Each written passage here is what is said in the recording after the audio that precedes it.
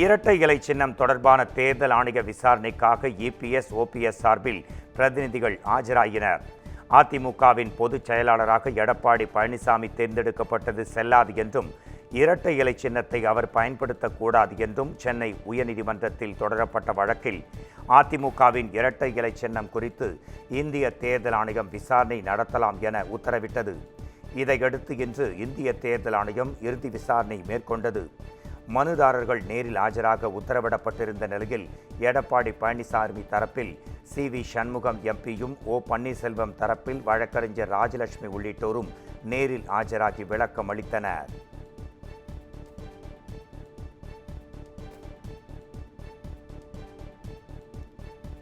வருகிற மே 3ஆம் தேதி திமுக மாவட்ட செயலாளர்கள் கூட்டம் நடைபெறவுள்ளதாக திமுக பொதுச் செயலாளர் துரைமுருகன் அறிவித்துள்ளார்.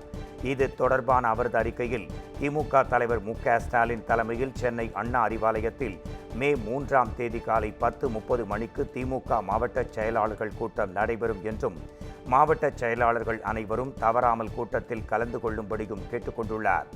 செந்தில் பாலாஜி, பொன்முடி ஆகியோர் தங்களின் அமைச்சர் பதவிகளை ராஜினாமா செய்திருக்கும் நிலையில் நடைபெறும் மாவட்ட செயலாளர் கூட்டத்தில் முக்கிய முடிவுகள் எடுக்கப்படும் என்று பெரிதும் எதிர்பார்க்கப்படுகிறது.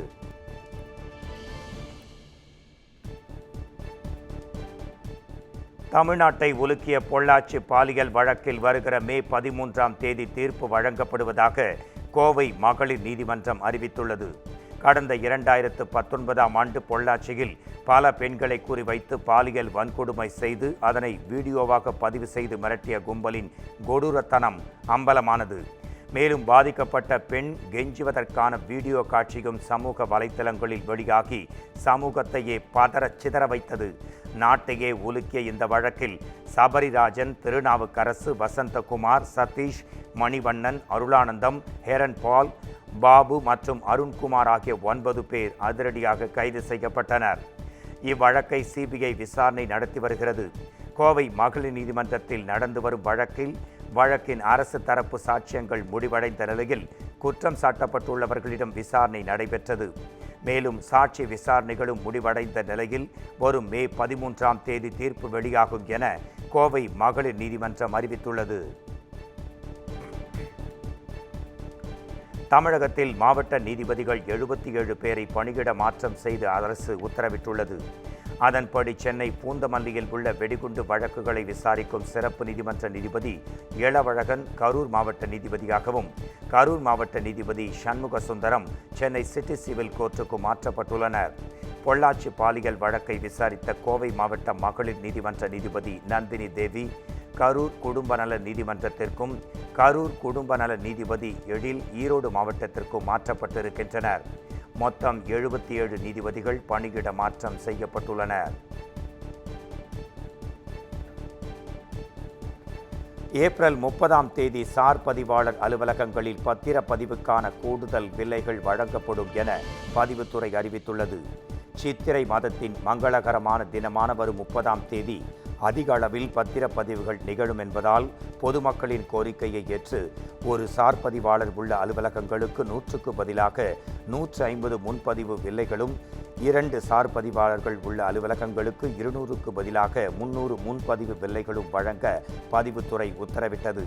மேலும் அதிக அளவில் ஆவணப்பதிவுகள் நடைபெறும் 100 அலுவலகங்களுக்கு 100க்கு பதிலாக 150 சாதாரண முன்பதிவு வில்லைகளோடு ஏற்கனவே வழங்கப்படும் 12 தட்கல் முன்பதிவு வில்லைகளுடன் கூடுதலாக 4 தட்கல் முன்பதிவு வில்லைகளும் பொதுமக்களின் பயன்பாட்டிற்காக வழங்கிட உத்தரவு பிறப்பிக்கப்பட்டுள்ளது. கள்ளக்குறிச்சி மாவட்டம் திருக்கோவிலூர் அருகே திமுக ஆய்வுக் கூட்டத்தில் மதுவுடன் கூடிய அசைவு விருந்து வழங்கப்பட்ட புகைப்படம் வெளியாகி பேசுபொருளாகி வருகிறது. திமுக இளைஞரணி நிர்வாகிகள் ஆய்வுக் கூட்டம் சந்தைப்பேட்டை பகுதியில் உள்ள தனியார் மண்டபத்தில் வசந்தம் கார்த்திகேயன் எம்எல்ஏ, ரிஷிவந்தியம் தொகுதி பொறுப்பாளர் பெருநற்கிள்ளி ஆகியோர் முன்னிலையில் நடைபெற்றது. ஆய்வுக் கூட்டம் முடிந்து இருவரும் புறப்பட்டு சென்ற பின் ஒன்றிய செயலாளர்கள் 3 இணைந்து இளைஞரணி நிர்வாகிகளுக்கு மதுவுடன் கூடிய அசைவ விருந்தளித்ததாக சொல்லப்படுகிறது. இந்நிலையில் சாப்பாட்டு மேசையின் மீது இலையுடன் ஆளுக்கு ஒரு மது பாட்டில் வைத்திருக்கும் புகைப்படம் சமூக வலைதளத்தில் தற்போது வைரலாகி பரபரப்பாக பேசப்பட்டும் வருகிறது. நாகை மாவட்டம் காரப்பிடாகை பகுதியில் விநியோகம் செய்யப்படும் குடிநீரில் புழுக்கள் மிதக்கும் அவல நிலை இருப்பதாக பொதுமக்கள் வேதனை தெரிவிக்கின்றனர். கொள்ளிடம் கூட்டு குடிநீர் திட்டம் மூலம் வரும் குடிநீர் ஊராட்சிகளில் மேல்நிலை நீர்த்தேக்க தொட்டியில் சேகரித்து மக்களுக்கு விநியோகம் செய்யப்படுகிறது. அவ்வகையில் காரப்பிடாகை ஸ்டாலின் நகரில் விநியோகிக்கப்படும் குடிநீரில் புழுக்கள் மிதப்பதாக குடியிருப்பு வாசிகள் குற்றம் சாட்டுகின்றனர். இந்த குடிநீர் காரணமாக உடல் நலன் பாதிக்கப்படுவதாக வேதனை தெரிவித்திருக்கும் அவர்கள் சுத்தமான குடிநீர் வழங்க ஊராட்சி நிர்வாகத்திற்கு கோரிக்கை விடுக்கின்றனர். இதற்கிடையே குடிநீரில் புழுக்கள் நெளியும் வீடியோ சமூக ஊடகங்களில் பெரும் வைரலாகி வருகிறது.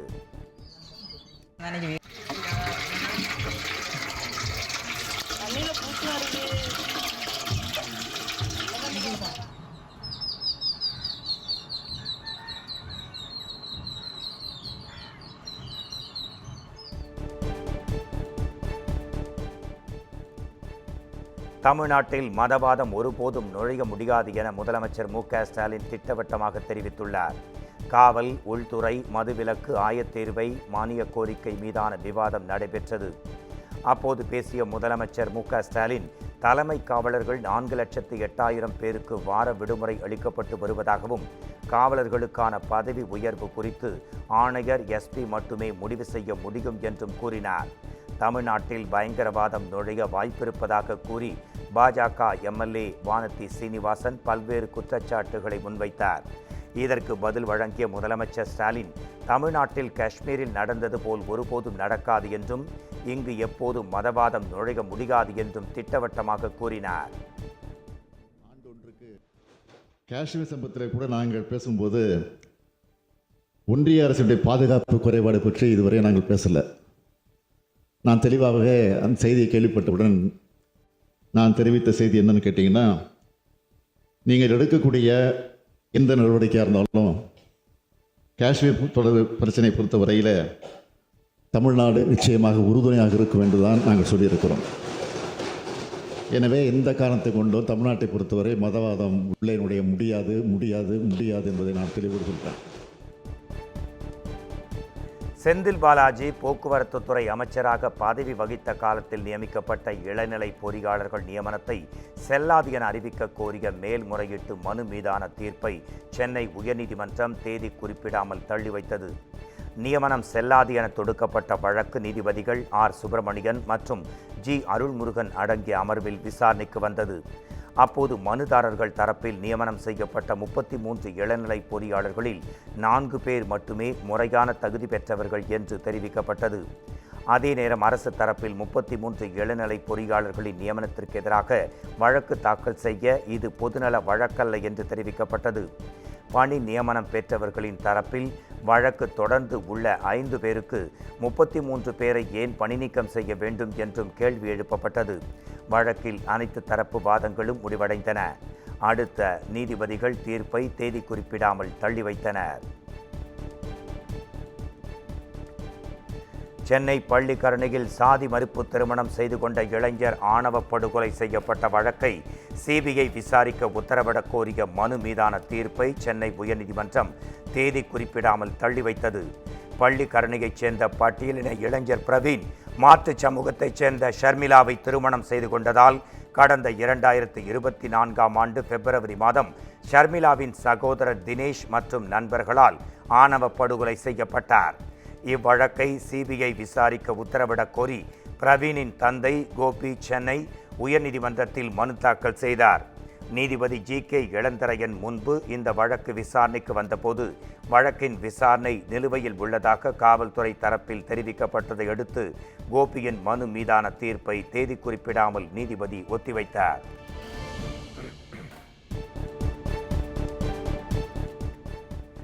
சென்னையில் பூவிருந்தவல்லி போரூர் இடையே மெட்ரோ ரயில் 2ஆம் கட்ட சோதனை ஓட்டம் தொடங்கியது. கலங்கரை விளக்கம் முதல் பூவிருந்தவல்லி வரையிலான 26.1 கிலோமீட்டர் தூர மெட்ரோ ரயில் 2ஆம் கட்ட சேவை திட்டம் நடைபெற்று வருகிறது. 2ஆம் கட்ட பணிகள் முடிவுற்ற நிலையில் சோதனை ஓட்டம் நடைபெற்று வருகிறது. முதற்கட்டமாக பூவிருந்தவல்லி முதல் முல்லை தோட்டம் வரையிலான சோதனை ஓட்டம் கடந்த மாதம் நடத்தப்பட்டது. இன்று மீண்டும் பூவிருந்தவல்லி முதல் போரூர் வரை சோதனை ஓட்டம் நடைபெறுகிறது. கடந்த முறை அதிகபட்சமாக 15 கிலோமீட்டர் வேகத்தில் மெட்ரோ ரயில் இயக்கப்பட்ட நிலையில் தற்போது 40 கிலோமீட்டர் வேகத்தில் சோதனை செய்ய திட்டமிடப்பட்டுள்ளது. மேலும் கடந்த முறை மின் வயர்கள் அறுந்து தீப்பொறி பறந்ததால் தற்போது அத்தகைய நிகழ்வுகள் ஏற்படாதவாறு தீவிர கண்காணிப்புக்கு பின்னர் சோதனை ஓட்டம் நடைபெறுகிறது.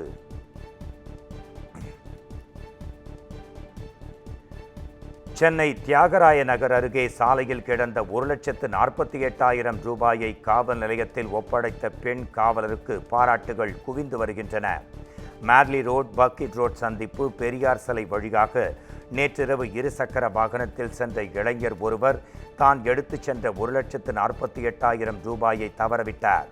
அந்த இடத்தில் போக்குவரத்து காவல் பணியில் இருந்த முதல்நிலை காவலர் இந்திராணி அதனை மீட்டு மாம்பலம் சட்டம் ஒழுங்கு ஆய்வாளரிடம் ஒப்படைத்தார். அவரின் நேர்மைக்கு உயரதிகாரிகள் பாராட்டு தெரிவித்து வரும் நிலையில் சிசிடிவி காட்சிகளை வைத்து பணத்தை தவறவிட்ட இளைஞரை கண்டறியும் பணியில் காவல்துறையினர் ஈடுபட்டு வருகின்றனர்.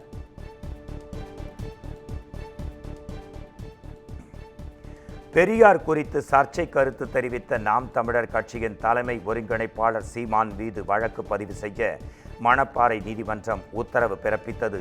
கடந்த ஜனவரி மாதம் செய்தியாளர் சந்திப்பின் போது பெரியார் குறித்து சர்ச்சைக்குரிய வகையில் சீமான் கருத்து தெரிவித்திருந்தார்.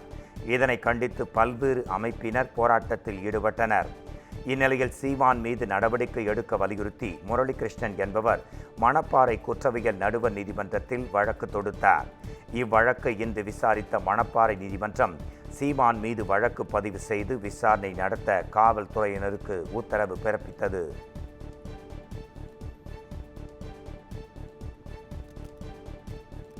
நெல்லை அரசு மருத்துவக் கல்லூரி மருத்துவமனையில் சுற்றித் திரியும் 10க்கும் மேற்பட்ட நாய்களால் நோயாளிகள் கடும் அவதியடைந்து வருகின்றனர்.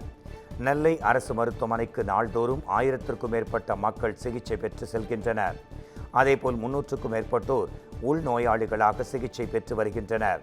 இந்நிலையில் மருத்துவமனை வார்டுக்குள் 10க்கும் மேற்பட்ட நாய்கள் சுற்றித் திரிவதால் நோயாளிகள் கடும் அச்சம் அடைந்திருக்கின்றனர். இது தொடர்பான வீடியோ வைரலாகி வரும் நிலையில் நாய்களை கட்டுப்படுத்த நடவடிக்கை எடுக்க வேண்டும் என்ற கோரிக்கை தற்போது வலுத்து வருகிறது.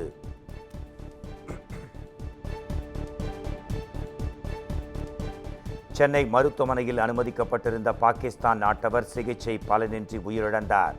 பஹல்காம் தாக்குதலுக்கு பின் தமிழ்நாட்டில் உள்ள பாகிஸ்தானியர்கள் குறித்த கணக்கெடுப்பு நடத்தப்பட்டது. அதன்படி 40 பாகிஸ்தானியர்கள் சிகிச்சையில் இருப்பது கண்டறியப்பட்ட நிலையில் பெரும்பாலானவர்கள் திரும்பிவிட்டதாகவும் மருத்துவ காரணங்களுக்காக 2 மட்டுமே தமிழ்நாட்டில் உள்ளதாகவும் கூறப்பட்டது. அதன்படி சென்னை அமைந்தகரை நெல்சன் மாணிக்கம் சாலையில் உள்ள மருத்துவமனையில் பாகிஸ்தான் இளைஞர் சிகிச்சை பெற்று வந்த நிலையில் சிகிச்சை பலனின்றி உயிரிழந்ததாக தெரிவிக்கப்பட்டது.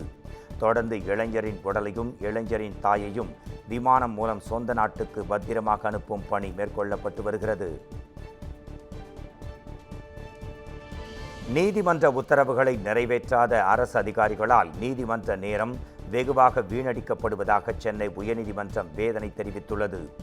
நிலம் கையகப்படுத்தியதற்காக இழப்பீட்டுத் தொகையை உயர்த்தி வழங்க பிறப்பித்த உத்தரவை அமல்படுத்தவில்லை என கூறி தாக்கல் செய்யப்பட்ட நீதிமன்ற அவமதிப்பு வழக்கு நீதிபதி வேல்முருகன் முன்பு விசாரணைக்கு வந்தது. அப்போது நீதிமன்ற உத்தரவை அரசு அதிகாரி நிறைவேற்றாதது ஏன் என நீதிபதி கேள்வி எழுப்பினார். அரசு அதிகாரிகள் தொடர்பான வழக்குகளில் 60% நேரமும், அரசியல்வாதிகள் தொடர்பான வழக்குகளில் 25% நேரமும் நீதிமன்றம் செலவிடுவதாக குறிப்பிட்ட நீதிபதி, பொதுமக்களுக்கான வழக்குகள் விசாரணைக்காக வெறும் 7% நேரத்தை மட்டுமே செலவிடுவதாக கூறினார். நீதிமன்ற உத்தரவுகளை நிறைவேற்றாத அரசு அதிகாரிகளால் நீதிமன்ற நேரம் வெகுவாக வீணடிக்கப்படுவதாக நீதிபதி வேதனை தெரிவித்தார். பொதுமக்களுக்கு பணி செய்வதுதான் தங்கள் கடமை என்பதையே அரசு அதிகாரிகள் மறந்துவிட்டதாகவும் அவர் மேலும் கூறினார். வழக்கில் விரிவான விசாரணை நடத்த இருப்பதாக கூறி விசாரணையை ஜூன் 6ஆம் தேதிக்கு நீதிபதி தள்ளி வைத்தார்.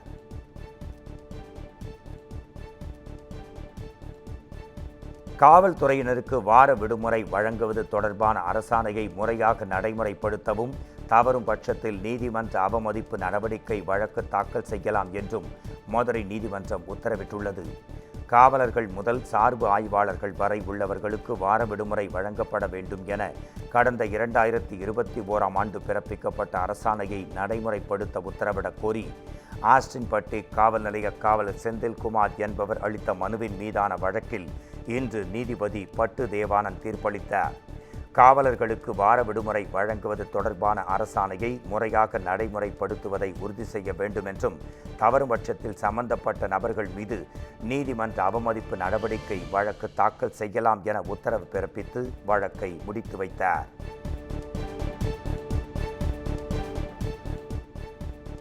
திண்டுக்கல் மாவட்டம் கொடைக்கானல் மன்னவரூர் மலை கிராம மக்கள் மாவட்ட வன அலுவலரை கண்டித்து சூழல் சுற்றுலா தளத்துக்கு பூட்டு போடும் போராட்டத்தில் ஈடுபட்டனர். மன்னவனூர் மலை கிராமத்தில் காட்டுப்பன்றி தாக்கி சிறுவன் உள்பட 4 காயமடைந்து சிகிச்சைக்கு அனுமதிக்கப்பட்டனர். வனவிலங்குகள் விவசாய நிலத்திற்குள் வராமல் கட்டுப்படுத்த மாவட்ட வன அதிகாரி உறுதி செய்ய வலியுறுத்தி சனிக்கிழமை கிராம மக்கள் போராட்டத்தில் ஈடுபட்டனர். இது தொடர்பாக மீண்டும் பேச்சுவார்த்தை நடந்தபோது கூட்டத்திற்கு வராத வன அலுவலரை கண்டித்தும் அவர் பதவி விலக வலியுறுத்தியும் மலை கிராம மக்கள் மன்னவனூர் சூழல் சுற்றுலா மையத்தை முற்றுகையிட்டனர்.